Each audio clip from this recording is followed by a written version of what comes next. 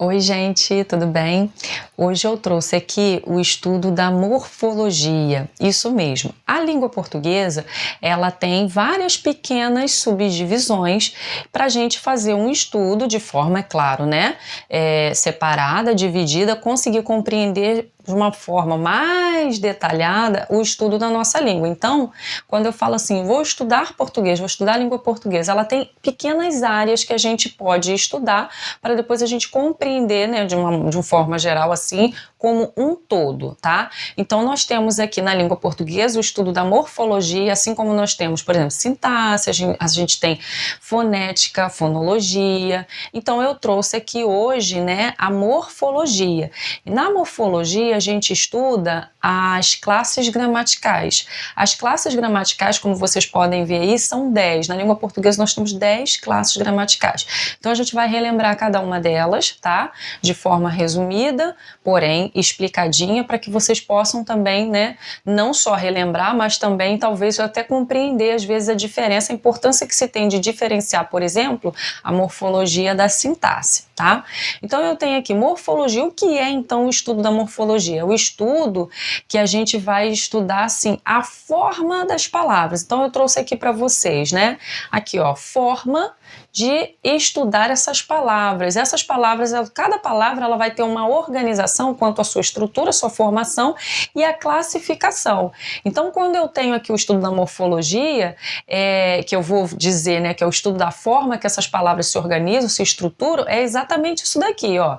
Ela objetiva identificar a estrutura da palavra e os elementos que a constituem. Quando você vai lá estudar, por exemplo, radical, desinência, vogal temática, isso aí é estudar a estrutura da palavra, correto?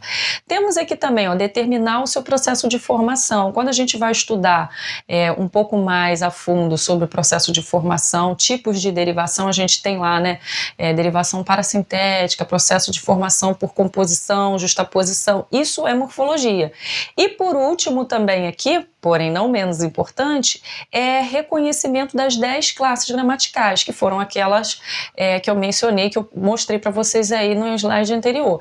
Então, cada uma dessas classes gramaticais, elas vão, quando eu estou, por exemplo, fazendo uma frase, né, eu estou construindo um parágrafo, uma frase, quando eu começo a organizar essa frase, essas palavras elas vão se relacionar com outras para poder ter um sentido completo. Então, quando eu faço uma análise profunda de como essas palavras se relacionam em relação à outra, aí eu estou na área da sintaxe, eu estou fazendo uma análise sintática, né? Quando aí eu estou analisando essas palavras em relação a como que elas estão se relacionando dentro das frases. Quando eu estou estudando a estrutura, a forma ou identificando a que classe gramatical ela pertence, eu estou na área da morfologia.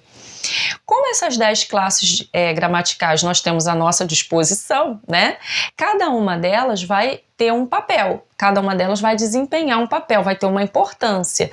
Então nós temos aqui, ó, por exemplo, a classe dos substantivos, artigo, adjetivo, pronome, preposição, conjunção, interjeição, verbo, advérbio e numeral. São as 10. Tem mais do que isso, Valquíria? Não. São essas 10 só. Não é difícil também não, né? Às vezes você fala assim, mas 10 é muita coisa, vai complicar a minha vida. Mas não, fique tranquilo. Então nós temos aqui o substantivo. A classe dos substantivos, ela é aquela classe gramatical que nomeia praticamente tudo que está ao seu redor. Janela, porta, seu próprio nome, nome de lugar. Então ele está aqui, ó, resumidinho para vocês. Ó, nomeia seres, sentimentos, sensações, conceitos, nome de lugares. Tudo isso a gente vai dizer que é substantivo, ok? Temos aqui também a classe dos artigos, que ele pode determinar ou indeterminar um nome, ou seja, um substantivo. Temos aqui também os adjetivos, que no caso é aquela classe gramatical que vai dizer pra gente, né, uma característica ou uma qualidade de um ser qualquer. Pode ser um ser animado ou inanimado, tá? Adjetivo ele atribui característica ou qualidade. Por que eu falo característica ou qualidade? Se eu falo assim, olha, mesa pequena, mesa é um substantivo, é um nome. Pequena é a característica dela, talvez não seja uma qualidade. Mas é a característica, ela é pequenininha mesmo, então a gente não pode esquecer, porque quando às vezes a gente fala assim, tá aplicando esse conteúdo no sexto ano, fala assim, aquela classe gramatical que atribui uma qualidade, eles acham que é só falar bem, né? A mesa é grande, o colega é bonito, então se eu falar pequeno, feio ou alguma coisa do tipo, essa cortina é feia. Então é uma concepção minha. Feia é a característica que eu acho sobre a cortina, não significa que a cortina seja, e também não significa que seja uma qualidade dela. Então, adjetivo atribui uma característica ou uma qualidade, ok? Aí temos aqui a classe dos pronomes. A classe do pronome aqui, pode acompanhar ou substituir um nome, que nesse caso é o substantivo.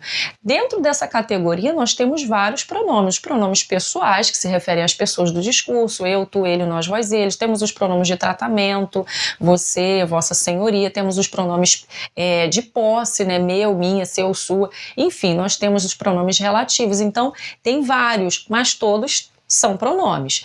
Aí temos aqui a preposição, que por vezes também acaba até se confundindo a função dela com a conjunção. Mas a preposição, eu coloquei aqui, liga uma palavra a outra, estabelecendo uma relação entre elas, uma palavra a outra. Então, quais as outras expressões que nós temos aí? Quais as palavras, né, principais que a gente considera preposição? De, para, com, em, sobre. São as que a gente mais, né, temos as acidentais também, mas não é o caso de eu aprofundar nesse conteúdo agora, eu só quero, né, deixar claro para vocês o reconhecimento dessas 10 classes. E temos aqui a conjunção, que é uma classe gramatical que vai ligar, que nesse caso, as orações, estabelecendo entre elas relação de coordenação ou subordinação. Bom, vamos relembrar rapidamente. Frase, oração e período. Frase é quando eu tenho um enunciado, um conjunto de palavras, não importa a quantidade, desde que tenha sentido completo, tá? E quando eu falo que não importa a quantidade, é que se eu digo, por exemplo, socorro, você entendeu o que eu falei, correto? Então, tem uma única palavra. E eu posso considerar isso como frase? Sim, por quê? Porque frase é todo conjunto, todo enunciado com sentido completo capaz de estabelecer comunicação. Estabeleceu comunicação, mas tem 2, 3 palavras, 5, 10, é frase. Aí quando eu tenho a oração e o período, aí eu já tenho uma outra, né, um outro detalhe diferente. Quando eu tenho a oração, geralmente eu vou colocar assim essa divisão, né? Essa oração é tudo que gira em torno de um verbo. Fica mais fácil para a gente identificar assim. E quando eu tenho período é quando eu conto esses verbos e eu vou fazer a divisão da quantidade de períodos que eu tenho dentro de uma oração. E aí, dependendo da conjunção que eu vou utilizar, eu vou dizer que esse período é composto por coordenação ou subordinação. E aí são aquelas famosas orações subordinadas e coordenadas, né? Que geralmente os alunos não gostam muito das orações subordinadas, as coordenadas são mais fáceis, né? Mas não é nenhum bicho de 7 cabeças. Quando você aprende e consegue fazer a diferenciação, ou seja, fazer realmente a separação da morfologia e da sintaxe, reconhecendo essas 10 classes gramaticais, suas funções, você consegue fazer uma análise de uma oração subordinada tranquilamente. Mas é necessário realmente relembrar as 10 classes, né, esses conceitos de morfologia e relembrar também a função que cada um exerce. Ok? Então a gente tem aqui também a interjeição, que é a palavra, né, que vai, ou alguma expressão que vai emitir aí uma emoção, um susto, uma sensação, alguma coisa que vai representar aí, né, seus sentimentos, de repente um susto que você levou, um medo que você sentiu, então você tem a classe da interjeição, ok? Temos aqui também a classe dos verbos, que é a palavra que vai expressar aqui, ações ou estado do sujeito, tá? E daí a gente tem aí verbos de ligação, verbos de ação, enfim, verbos transitivos, verbos intransitivos, e aí a gente já entra na área da função, né? Então os verbos é tudo que você pode praticar.